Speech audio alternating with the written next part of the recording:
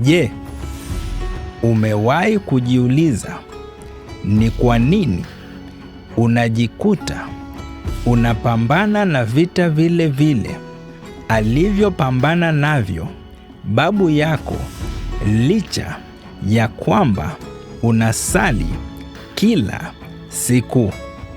Kuna siri nzito iliyojificha nyuma ya ulimwengu wa roho. Mungu hakukataza watu kuwasiliana na roho za waafu kwa sababu alikuwa anawanyima maarifa, bali kwa sababu alikuwa anawalinda dhidi ya mtego wa damu. Leo ninakwenda kukufungulia pazia la ulimwengu wa roho, kukufichulia siri ya necromancy na jinsi maagano ya kale yanavyoamua hatima ya mafanikio yako leo. Sikiliza kwa makini. Ulimwengu unakwambia kuwa kutafuta jibu kutoka kwa waliotangulia ni hekima na heshima kwa mababu. Unaambiwa kuwa kwenda kwa waganga au kuota ndoto na kuongea na ndugu waliokufa ni jambo la kawaida, lakini maandiko matakatifu yanatuonyesha ukweli tofauti kabisa. Ukiwa wasiliana na ulimwengu wa waafu, huingii kwenye mawasiliano na ndugu yako aliye kufa, bali unaingia kwenye mkataba wa kiroho na maaskari wa kuzimu, familia spirits waliovaa sura ya ndugu yako. Utamaduni unauita mbaraka wa mababu, lakini Mungu anauita mtego wa kifo.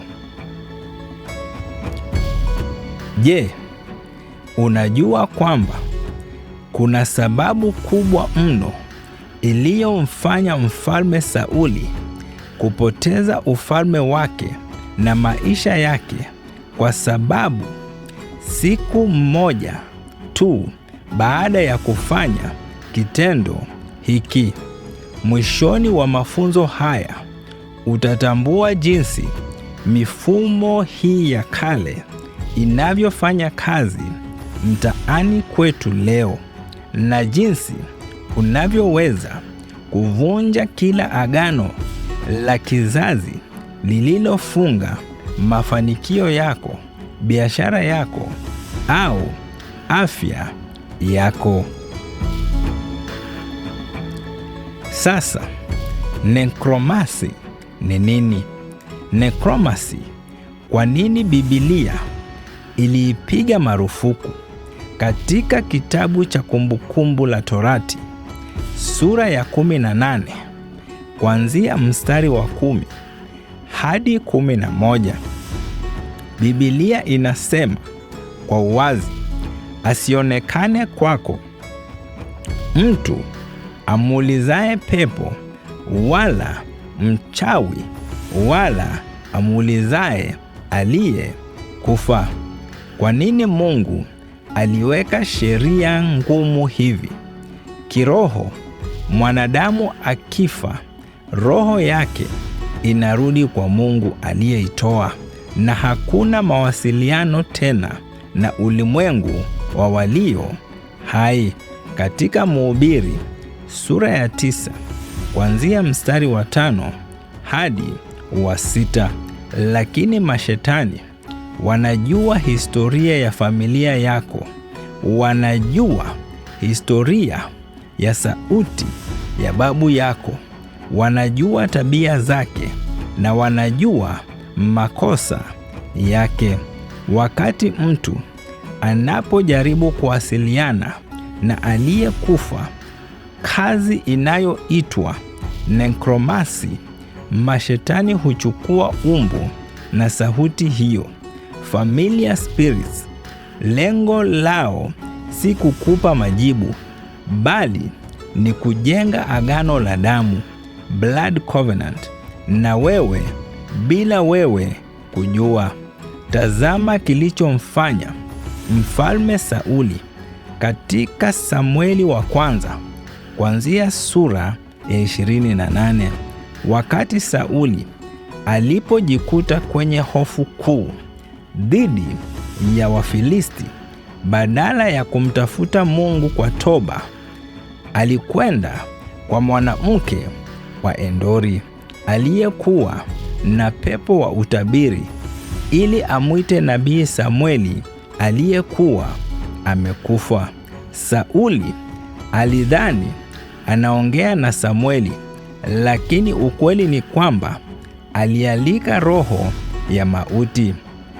Katika Mambo ya Nyakati sura ya 10 kuanzia mstari wa 13 hadi 14 inathibitisha kuwa Sauli alikufa kwa sababu ya uasi wake na kwa sababu ya kumuuliza yule aliyekuwa na pepo wa utabiri.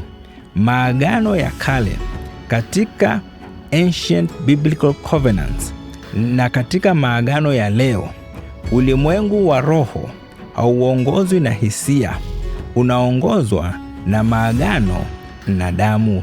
Katika Ancient Pagan, katika nyakati za kale, familia na mataifa yalitoa sadaka za damu ya wanyama au wanadamu kwenye milima, mito na miti ili kupata ulinzi na utajiri. Matokeo yake, mashetani yalipewa haki ya kisheria, yani legal right, ya kutawala vitongoji na vitabu vya ukoo hivyo. Katika Old Testament, katika Old Covenant, Mungu alifanya agano na Ibrahimu, Isaka na Yakobo kupitia tohara na damu ya wanyama. Lilikuwa agano la kulinda na kutenga taifa la Mungu na machukizo ya mataifa. Lakini agano hili lilikuwa na mipaka, kwa sababu damu ya wanyama haikuweza kuondoa dhambi kabisa, bali kuifunika tu. Katika New Testament, hapa ndipo penye siri kuu ya mafanikio ya muamini. Katika Agano Jipya, Yesu Kristo hakutumia damu ya mbuzi wala ng'ombe, bali alitoa damu yake mwenyewe msalabani wa Kalvari. Tazama Waibrania sura ya 9 kuanzia 12. Damu ya Yesu ni agano la milele linalofuta na kufuta haki zote za kisheria ambazo kuzimu ilikuwa nazo juu ya maisha yako. Katika kizazi cha leo, the modern generational covenant, ukiangalia leo, watu wengi hawamwabudu sanamu ya mti waziwazi, lakini wanajikuta wamerekodiwa kwenye maagano ya kuzimu kupitia njia za kisasa. Siri za damu za ukoo. Babu au bibi yako alipotoa sadaka au kuweka nadhiri kwa roho za wafu ili kuokoa familia, alitia saini ya kiroho kwa niaba ya watoto na wajukuu wake wote. Mitego ya mafanikio ya haraka. Kuingia kwenye vyama vya siri, kutoa pete za bahati au matambiko ya kutafuta utajiri. Mawasiliano ya ndoto. Kuota mara kwa mara ukila chakula na waafu. Kufanya ngono na watu waliokufa au kupewa maelekezo na ndugu waliotangulia. Hii ni ishara ya necromancy inayofanyika kiwango cha subconscious. Kama hutaelewa somo hili na kuchukua hatua leo, utaendelea kurudi mzunguko ule ule unaowatesa ndugu zako. Unaweza kusoma sana, ukawa na juhudi nyingi kwenye biashara au kazi, lakini kama kuna agano la damu la kale linalodai haki kwenye ukoo wako, kila hatua ya mafanikio unayopiga itafuatwa na mporomoko mkubwa. Huwezi kutatua tatizo la kiroho kwa kutumia akili za kimwili. Usipovunja maagano haya kwa mamlaka ya damu ya Yesu, utayaridhisha kwa watoto wako. Lakini habari njema ni hii: agano la Yesu Kristo lina nguvu zaidi kuliko agano lolote la ukoo au kuzimu. Tazama Yeremia 31:29 hadi 30. Inasema, siku zinakuja ambapo hawatasema tena, baba walikula zabibu za hamu na meno ya watoto yakaungua. Damu ya Yesu inakupa fursa ya kuandika upya historia ya maisha yako na ya familia yako kuanzia leo. Siri kuu ya ushindi na mafanikio ya kudumu kwa mwamini ipo kwenye kujua haki yako ya kisheria, yani legal rights in the spirit realm. Tambua wewe ni kiumbe kipya. Ukimpokea Kristo, hutoki tena kwenye ukoo wa damu ya kibinadamu pekee. Unakuwa umezaliwa mara ya pili katika ukoo wa ufalme wa Mungu. Tumia nguvu na ufute, yani ufanye cancellation by the blood. Wakolosai 2:14 inasema, Yesu alifuta ile hati iliyoandikwa ya kutustaki kila agano la kishetani, kila mawasiliano na roho za wafu yaliyofanywa na mababu zako yanafutwa pale unaposimama na kutangaza damu ya Yesu. Weka agano jipya la mafanikio. Badala ya kutafuta majibu kwa wafu, tafuta uso wa Mungu aliye hai kupitia neno lake. Maombi, mafanikio ya kweli hayaji kwa njia ya mikato ya kiroho, bali yanatoka kwa Mungu anayetoa mbegu kwa mpandaji. Ikiwa unahisi maisha yako yamekwama au unajiona unapitia mizozo na mikosi inayojirudia katika ukoo wako, kama vile magonjwa ya ghafla, kufilisika au kuota ndoto za mara kwa mara na waafu waliokufa, fahamu kuwa unahitaji kufanya vita vya kiroho na kuvunja maagano hayo.